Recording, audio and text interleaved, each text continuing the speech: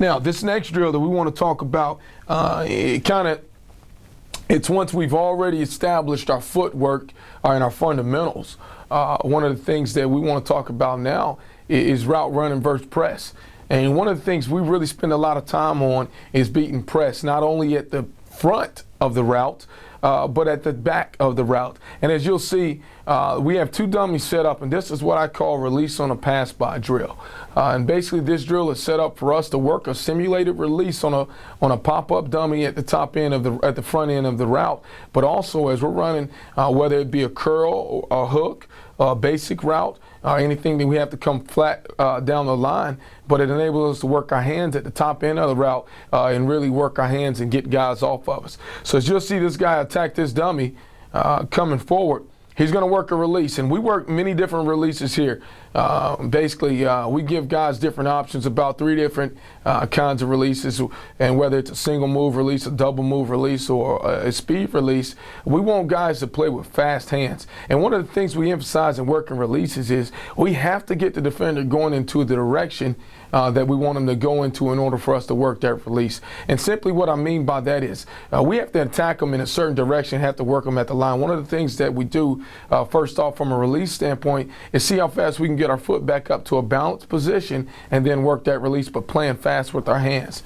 So as you'll see the wide receiver right here, he's going to attack this defender. Now he's working a single move release outside where he's going to stab him inside. He's going to come to balance, stab him inside. We want to work the DB off his line. We got to get him going the opposite direction of where we want to go. So as he works a rip right there. In our hands, we want to be compact. We want to be tight. We want to be fast. And the first things first is whenever we're going against anything where we're working a release, we want to play with live hands and keep our hands up above our waist. So no longer are we in that stance to start where our hands are relaxed. Our hands are in a position to where we want to get them on the defender as fast as possible. So as he's working this release right now, he beats it, and now he's coming up at the top end of the route. And basically what he's working right there is he's working the club hand on his inside, but his second hand is what we call a short arm swat. We want to get the defender's arm down, because what happens in a lot of these cases is at the top end of the route, guys want to put their hands on you and grab you, so we want to get their hands off of us and then come on back. Now, as you can see, if I was to slow-mo this, that one of the things we cannot do is in order to take a false step in our footwork, we can't focus too much on our hands to where we're taking false steps on our footwork, excuse me.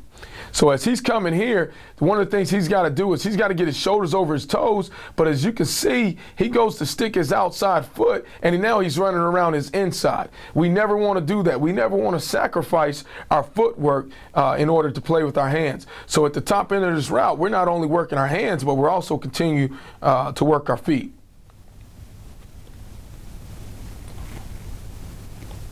Boom. This is a really good job right there. As you can see, we go back and rewind this one. Working a release at the top end, and now at our release part, and I won't spend too much time talking about the releases, but we never want to be that big with our arms. We want that arm to be shorter and smaller and much faster. The reason being, we never want to give the DB the surface of our underpads, because if they typically get in that position, it's much harder to get their hands off of them. So we want to be short, and we call that a swat. But at the top end, look at him playing violent with his hands at the top end. He sticks that foot. Now he gets the knee back to go to the quarterback, where he's able to drive back on that ball.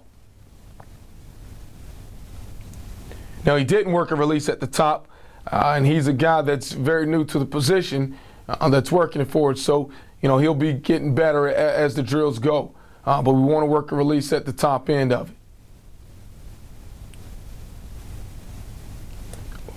One of the things right here, if you can see, this individual comes up at the top end of the route, doesn't get his shoulders down, and that's what happens. If you're ever caught sitting back in that chair with your shoulders back, you're going to end up sliding because your feet come up from up under you.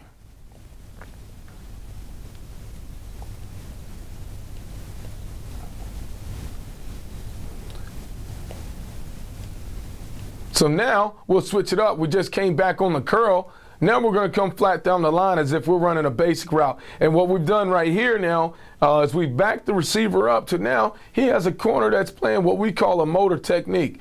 He's going to be backing off of the corner. So what we talk about in that release phase is we want to close the ground as fast as possible and recreate a new line of scrimmage. And as we do that, that's when the quick feet fire and the different drills like that tend to show up. Because we want to close it as fast as possible. And one of the things that we don't want to do is overstride up to the DB. We want to be in a position that we close the ground as fast as possible and we come to balance. So you'll see shorter and choppier steps tend to be once a guy's closing the ground on a DB. Watch him through this. Boom, boom. Right down there, he's working his hands at the top end. Coming flat down the line. Really good job right here. Shoulders down over his toes. Sticks the outside foot, comes flat. Want to beat it with speed. Now, one of the things we don't want to do at the top end on the pass by is we don't want to have our hands overextended. And that's where penalties tend to come in. And as you can see right here, he's closing the ground. He's working his hands at the top end, and now he's coming flat down the line. And as we stated, we don't want to be as big at the top end of this drill, but we want to be fast with our hands and be violent. We want to work to the elbow of the defender. If we feel we can get to his elbow and get his shoulders turned, we've won. But we've got to play with violent hands at the top, fast feet as well.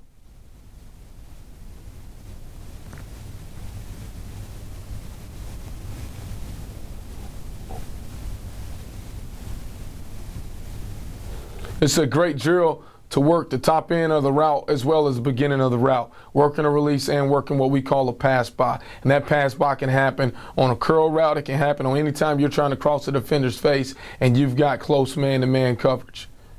Right here, he just has, instead of rounding his cut, he's got to get his shoulders down at the top, stick the outside foot, and get the knee coming flat down the line. We never want to drift off the line to where we catch the ball.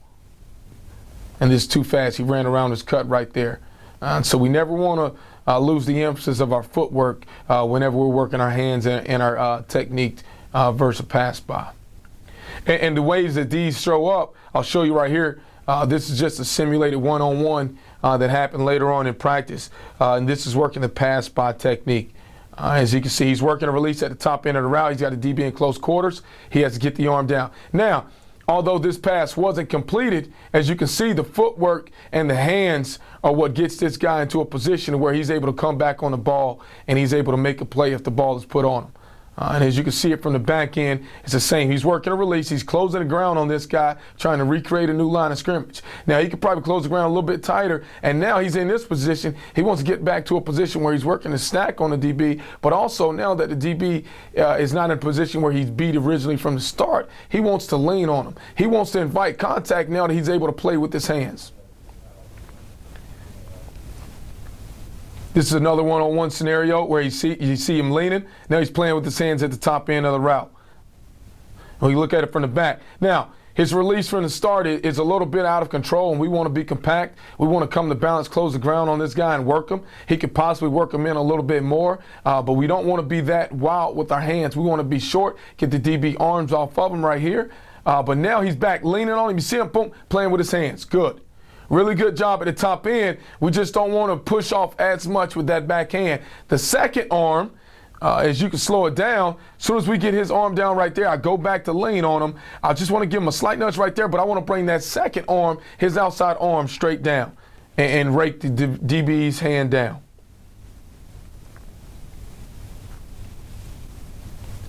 Another scenario where a pass by works, boom, right there. He's able to come back on the ball by getting the hands on him first. We want to play with fast hands. If you allow the DB to put his hands on you, which they are taught to do, they want to fill up on the wide receiver. They want to cut you off in your route by playing with their hands. But the faster we play with ours and the more violent we play with ours at the top end of the route, it enables us to come back on this ball right here.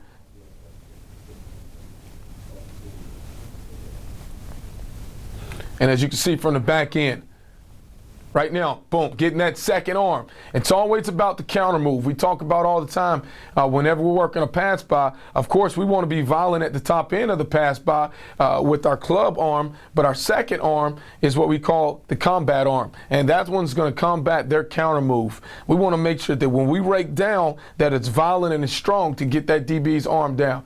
So as he's right here, now he's got to be prepared for the counter move. He's got to get his second arm through, right here. His outside arm, first arm gets on him. Second arm, we want to bring that straight down, rake right through, and get his counter arm off of you.